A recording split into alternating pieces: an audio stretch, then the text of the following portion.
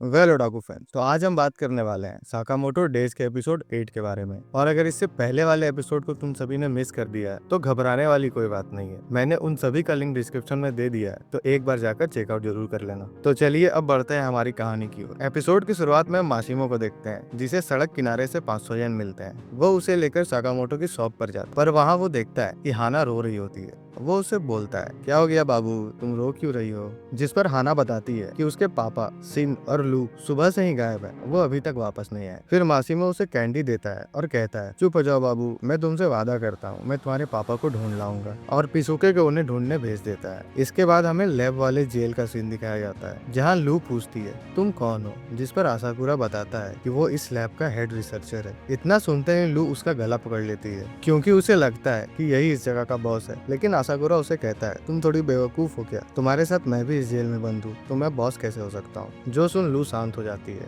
और पूछती है कि आखिर यहाँ चल क्या रहा है भाई। इसके बाद हम मैट को देखते हैं, जो समझ जाता है कि यही है लेजेंडरी साकामोटो, क्योंकि इसके स्किल्स काफी बढ़िया है, लेकिन मोटा हो जाने के कारण वो इतना भी तेज नहीं रहा। मैट फटाक से साकामोटो की गर्दन पर एक इंजेक्शन घुसा देता है। साकामोटो मैट को एक जोरदार मुक्का मारने जाता है, लेकिन वो शिन को मार देता है। साकामोटो कहता है, ये क्या हो रहा है मेरे साथ? मेरा शरीर मेरे काबू में क्यों नहीं है? तब मैट बताता है कि उसने इंजेक्शन की मदद से उसके अंदर एक चिप डाल दिया है, जिसके कारण उसका ब्रेन ऑल्टर हो गया है। यानी कि अगर वो अपने दुश्मन को मारने आगे बढ़ेगा तो वो अपने दोस्त को ही मार देगा। वो इतना कह ही रहा था कि तभी साकामोटो मैट को एक जोरदार पंच मार देता है और कहता है, ये भी ठीक है, इस बार मैंने सिन को मारने का ट्राई किया, लेकिन मैंने मैट को ही मार दिया। मैट अभी भी सही सलामत था और उसे इस लड़ाई में कुछ ज्यादा ही मजा आ रहा था। इधर हम देखते हैं कि आसाकुरा सारी बात बताता है कि कैसे उन गुंडों ने उनके लैब पर कब्जा कर लिया, और जब उन गुंडों का ऑर्डर्स मारने से इसने मना किया तो उन सब ने मिलकर इसे जेल में डाल दिया। फिर लू पूछती है, तो उन्होंने मुझे यहाँ क्यों डाला? जिस पर आसाकुरा कहता है,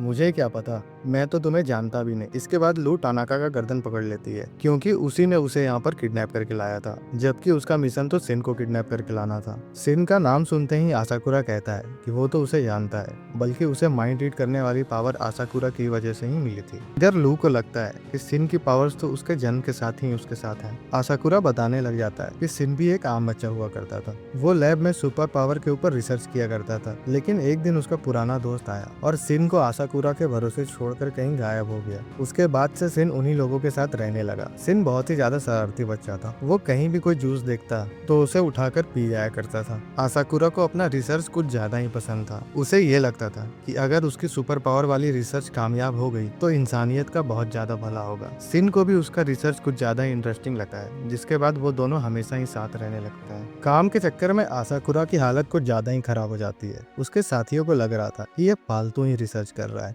इसे ये रिसर्च को ड्रॉप कर देना चाहिए। लेकिन सिन को भरोसा होता है कि वो एक दिन जरूर कामयाब होगा। कुछ समय बाद आसाकुरा एक केमिकल बना लेता है और वो बहुत ज्यादा ही खुश था। लेकिन तभी सिन उस कमरे में आता है और उस रखे हुए केमिकल को पी जाता है। जब आसाकुरा देखता है कि सिन ने उस केमिकल को पी लिया है, तब उसे बहुत ज्यादा ही चिंता होने लगती है। अगले दिन जब वो दोनों नहा रहे थे, तब आसाकुरा अपने मन में सोचता है कि क्या सिन पर इस केमिकल का कोई असर नहीं हुआ? जिसका जवाब देते हुए सिन कहता है, मैं ठीक हूँ और ये केमिकल कुछ ज्यादा ही कड़वा था। जो सुन आसाकुरा हैरान हो जाता है, क्योंकि उसने तो ये सारी बातें अपने मन में कही थी। इसके बाद सिन लैब में सभी लोगों की माइंड रीड करने लगता है और वे सभी लोग चिंतित हो जाते हैं, क्योंकि पता नहीं कब कौन सी बात सिन सुन ले। आसाकुरा पूरी कोशिश में भिड़ जाता है ताकि वो सिन को फिर से नॉर्मल कर पाए, लेकिन सिन कहता है उसे तो खुश होना चाहिए क्योंकि उसकी रिसर्च सफल हो गई और मैं जैसा भी हूँ मुझे अच्छा लग रहा है, तो मेरी चिंता करना बंद करो। पर आसाकुरा उसे माफी मांगता है, उसे इस झमेले में फंसाने के लिए। सिन गुस्से में कहता है कि उसे यहाँ के लोगों और इस जगह से नफरत है और वो वहाँ से चला जाता है। उस दिन के बाद से आसाकुरा ने शिन को अभी तक नहीं देखा और सोचता है कि मिलने के बाद शिन उसे माफ भी करेगा या नहीं। जो सुन लू कहती है कि वो उस पर बिल्कुल भी गुस्सा नहीं, बल्कि उसे तो अपनी पावर यूज करना काफी ज्यादा अच्छा लगता है और वो हमारे बॉस के साथ हमेशा ऐसे ही बात करता है। हम दोनों साथ मिलकर ही शिन से माफी मांग लेंगे, क्योंकि साकामोटो फैमिली का एक रूल है, अगर किसी से लड़ाई हो जाए तो शाम तक एक दूसरे से माफी मांगकर सब कुछ ठीक कर लेना चाहिए। आसाकुरा भी अब राजी हो जाता है और अपने जेब से एक केमिकल निकालकर उस ताले को पिघला देता है। जो देख लू पूछती है कि अगर उसके पास ये केमिकल पहले से था तो उसने यहाँ से भागने की कोशिश पहले क्यों नहीं की, जिस पर असाकुरा कहता है कि वो जानबूझकर अंदर था ताकि उन गुंडों की रिसर्च में उसे हेल्प न करना पड़े। जेल का दरवाजा खुलते ही वहाँ एक गार्ड आ जाता है जिसे लू मारकर बेहोश कर देती है।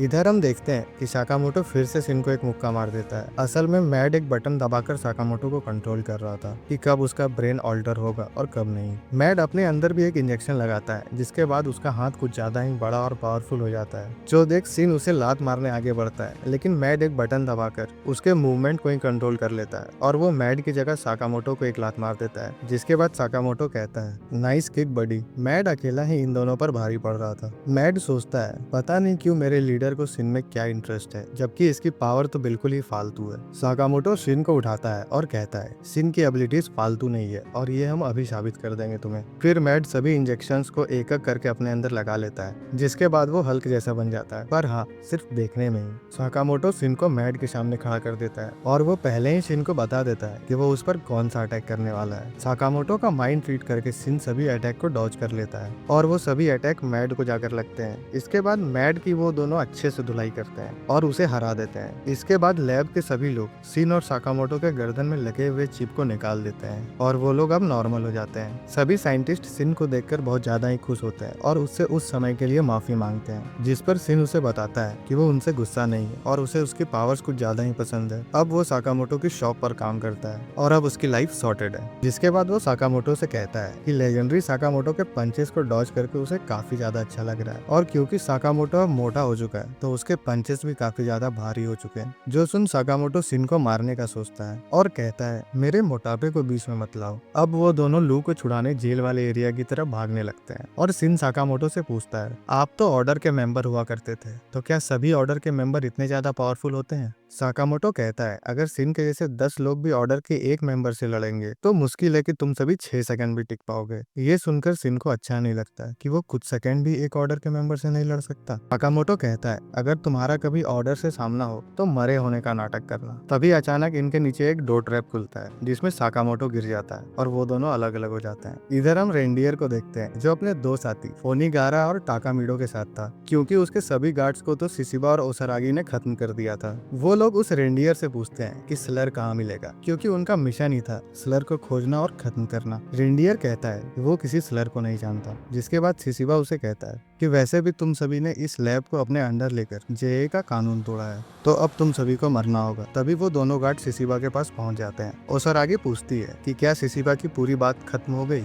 और तुरंत ही चेनसाओ से उन दोनों को 2 टुकड़ों में काट देती है। सिसिबा कहता है अरे नहीं यार, तुमने तो मेरे सूट को खून से रंग दिया, अच्छा हुआ मैंने आज सस्ता सूट पहना था। इधर रेंडियर रोता हुआ कहता है अरे नहीं यार, तुम सभी ने कितने सारे मासूम लोगों की जान ली, इनकी फ्रेंड्स और फैमिली के बारे में भी नहीं सोचा, और अब वो उन दोनों को मार देगा। इतना कहकर वो अपने हाथ को खोलकर बहुत सारे चाकू निकालता है। फिर सिसिबा कहता है ये कैसी बेहूदगी भरी बातें कर रहे हो, तुमने भी तो न जाने कितनों को मारा है। इसके बाद रेंडियर बहुत तेजी से जाता है और सिसिबा के छाती पर एक कट लगा देता है और कहता है मास्टर के कहने पे मैं कुछ भी कर सकता हूँ। तभी सिसिबा अपने हथौड़े से मारकर उसका गर्दन ही घुमा देता है और कहता है मतलब तुम सच में स्लर के लिए काम करते हो। इसके बाद वो दोनों वहाँ से जाने लगते हैं। तभी वो रेंडियर पीछे से आवाज देता है। वो अब तक मरा नहीं था क्योंकि उसके शरीर के पुर्जे पहले से ही ढीले थे। तभी साकामोटो उसके ऊपर गिर जाता है और इन दोनों से पूछता है कि ऑर्डर में सब कैसे हैं। सिसिबा कहता है ये ओसारागी है, ऑर्डर की सबसे नई मेंबर। तभी रेंडियर पीछे से कहता है तो तुम ही हो द लेजेंडरी हिटमैन साकामोटो, जो मेरे मास्टर को घायल कर पाया था, और अब मैं अपने मास्टर के खातिर तुम्हें मार दूंगा। इसके बाद वो अपने दूसरे हाथ और मुंह से भी गन निकालता है। इधर जब ओसारागी साकामोटो को देखती है तो उसे वो बहुत ज्यादा क्यूट लगता है। उसे लग रहा होता है कि ये कोई टेडी बियर है। फिर हम सिन को देखते हैं जो कि जेल की ओर भाग रहा था। तभी सीबा गायब होकर सिन को मारने की कोशिश करता है, लेकिन सिन अपने पावर की वजह से उससे बच जाता है। सीबा कहता है कि उसे बस पैसे कमाने से मतलब है और सिन को मारने के बाद उसे अच्छा बोनस मिलने वाला है। फिर सीबा गायब होकर सिन को मारने जाता है। सिन को ये तो पता चल रहा था कि वो कहाँ पर है, पर उसे ये पता नहीं होता कि वो कौन सा अटैक करने वाला है। सीबा लड़ाई में उसके ऊपर भारी पड़ रहा होता है। दूसरी तरफ हम साकामोटो को देखते हैं जिस पर वो रेंडियर बार बार अटैक कर रहा था। साकामोटो उसे देखकर सोच में पड़ जाता है कि आखिर ये इंसान भी है या नहीं, क्योंकि उसके शरीर के अंदर से बहुत सारे वेपन्स निकल रहे होते हैं। पीछे से जिससे सिसिबा कहता है कि हमें कोई जरूरी काम निपटाना है तो तुम ही इसे संभाल लो, जिस पर साकामोटो कहता है कि ऑर्डर के सभी मेंबर्स को मेरा हाय कहना है। तभी रेनडियर साकामोटो को मारकर दीवार में घुसा देता है। ओसारागी पूछती है कि हमारे बिना ये ठीक तो होगा ना, जिस पर सिसिबा कहता है हमारा असली टारगेट स्लर है, ना कि ये रेनडियर। ओसारागी कहती है साकामोटो दिखने में तो बिल्कुल भी स्ट्रॉन्ग नहीं लग रहा, जिस पर सिसिबा उसे कहता है कि साकामोटो को थोड़ी दिक्कत तो जरूर होगी, लेकिन मैं उसे बरसों से जानता हूँ, वो कभी नहीं मर सकता। इसके बाद हमें सेवा को दिखाया जाता है जो कि सिन को चाकू मारने जाता है, लेकिन सिन अपना खून उसके ऊपर लगा देता है। तभी सिबा को एक बुलेट आकर लगती है जो कि असल में मासिमो ने चलाई थी, क्योंकि सिन ने पिसुके की परछाई देख ली थी, जिससे उसे पता चल जाता है कि मासिमो भी आसपास ही कहीं है। तो उसने सिबा के कपड़ों पे अपना खून लगा दिया ताकि मासिमो को सिबा की एग्जैक्ट पोजीशन पता चल जाए। और यहीं पर हमारा एपिसोड 8 खत्म होता है। अगर ये एक्सप्लेनेशन आपको अच्छी लगी तो हमारे चैनल को सब्सक्राइब करें और इस वीडियो पर लाइक और कमेंट करना ना भूलें।